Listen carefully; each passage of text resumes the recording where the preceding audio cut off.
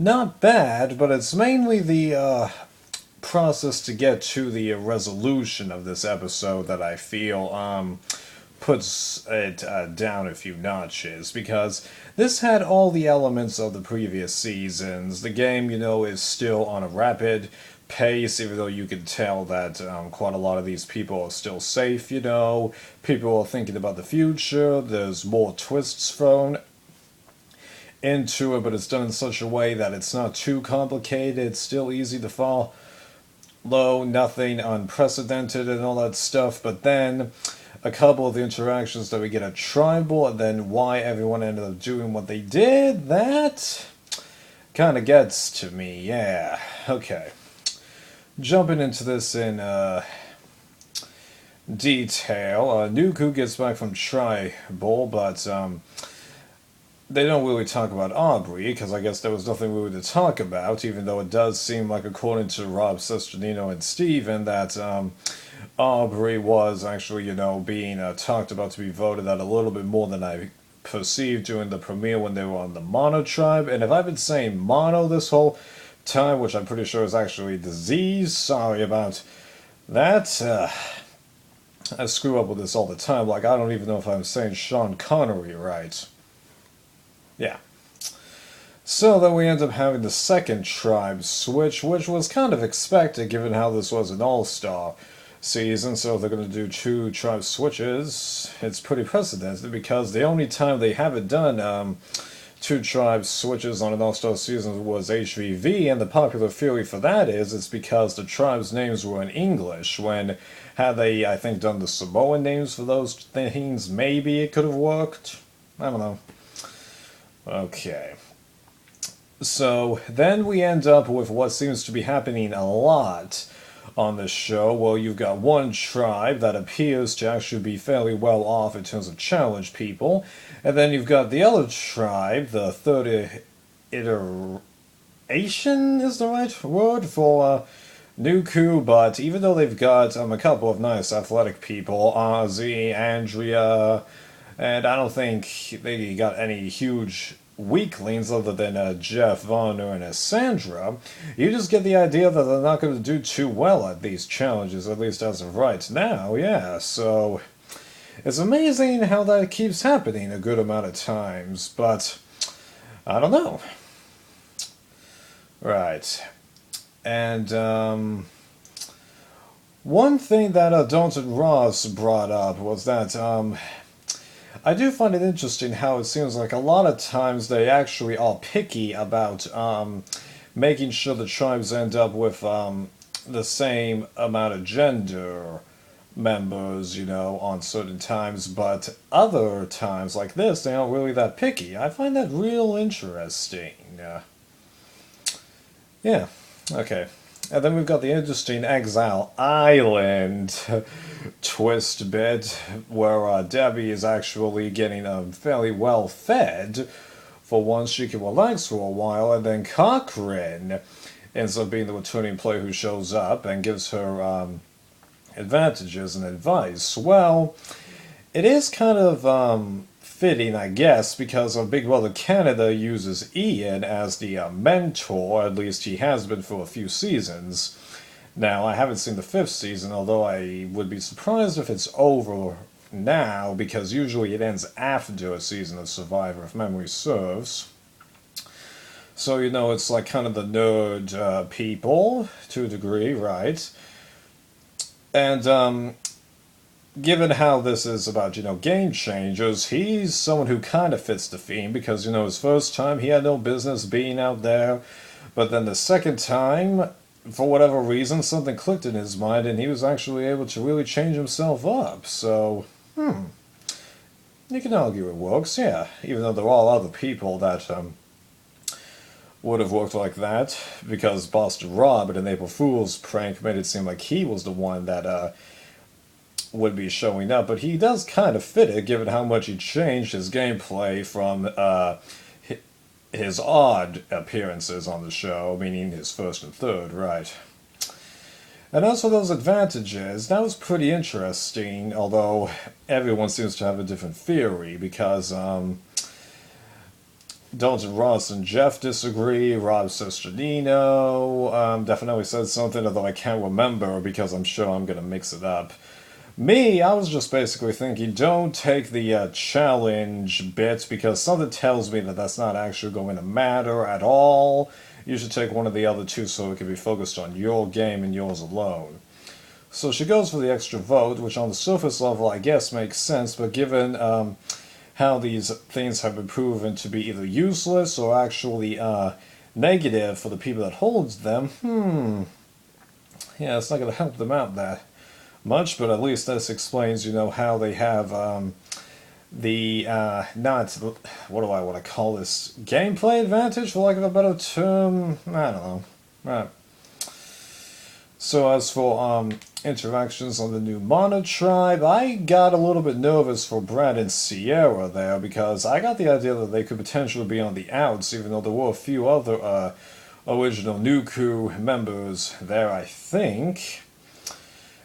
Is just looking at the feel of the tribe, I was like, they might actually have an issue, but they seem to be able to pull in Choizan pretty well, and I think there's actually a very good chance that they could actually pull in Aubrey or Michaela, so I'm hoping that they can save themselves and be alright there, but also I did get the idea that that tribe would be better in the challenges, so that gives me a little bit of reprieve. Then as for Nuku, well, I found myself now wanting that tribe to lose, which goes to show that my support of the blue team was actually, fairly loose, even though ironically we've only had one original Nuku member, JT, go this entire season, so, be interesting if the trend continues, although I really do not think it has to do with original tribe loyalty at this point. It has to do with just who you're talking to, pretty much, right? So then we had that immunity challenge, and that was actually a pretty nice challenge, fairly simple on paper things to do, but it's not entirely that easy, because rocking across a rope, even if it is somewhat tightly, drawn, it's not that easy to balance on a rope. I mean, like, I do a couple yoga poses where I have to balance on one leg, and it's real easy to have your center of gravity be offshot, even though I'm better at it than I was before, but you wouldn't think I was, yeah.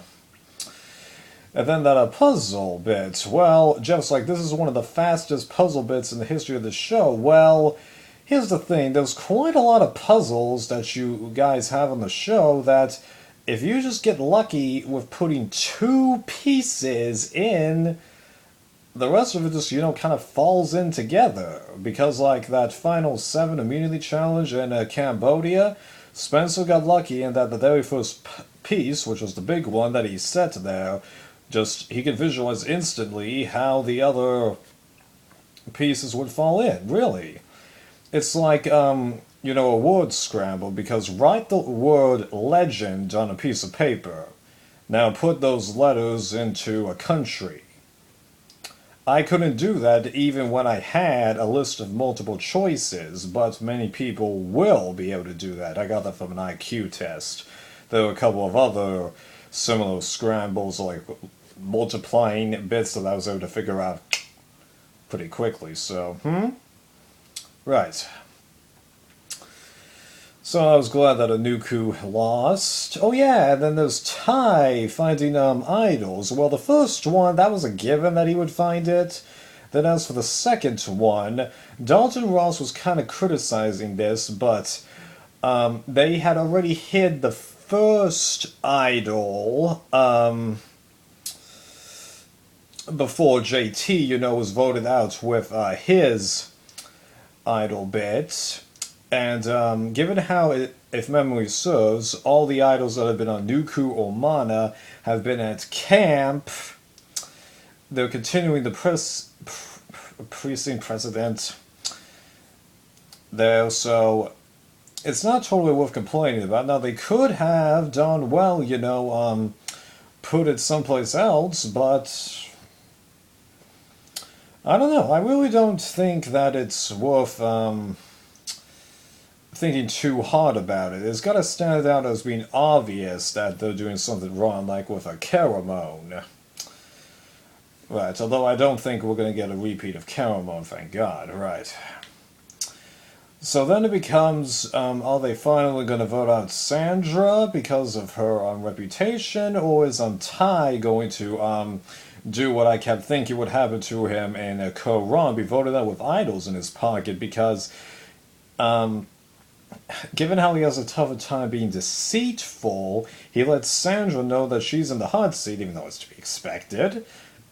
Basically admits it, but tries to volunteer himself as opposed to that'll help her. Now, one can argue that that's actually beneficial because if you take the blame for your alliance, it keeps everyone a little bit more in the clear and will make people like you, which hurts your chances in the long run, especially at the merge, but at the same time, it raises the question mark. And the thing is, even though Tai does have good social relations outside of this game with everyone, obviously, the game has various levels of, trying to figure somebody out. And Tai, in the game, has demonstrated that he's not exactly easy to figure out, at least from my perspective. So, yeah, I definitely understood why everyone was questioning him. Definitely. And I thought there was a darn good chance that somebody, would at least defect in order to keep everything handled, even though Sandra, according to her interviews, bits that I read, indicated that actually Andrea was, doing a little bit of this also.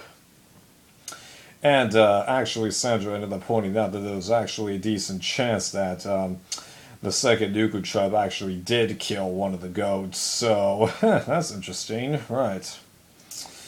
So at the tribal, I was kind of unsure of how this would go because it seemed like everyone wanted to vote out Sandra, but Tai was being so unsure. They're like, okay, how can we factor him in here? Well, I guess in the end, they just decided that Tai will do what Tai will do, and decided to stay on Sandra, but I still did not think that she was safe until she got the third vote, meaning that it was free too. And at that point, I go, okay, she's gone because there's no way at this point that Tai is going to catch her again. Because if he was going to catch her, it would have been Tai Sandra, Tai Sandra, Tai Sandra, that kind of a thing.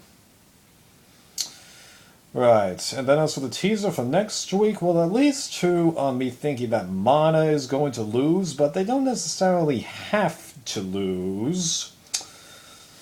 I don't know, we'll see. Later.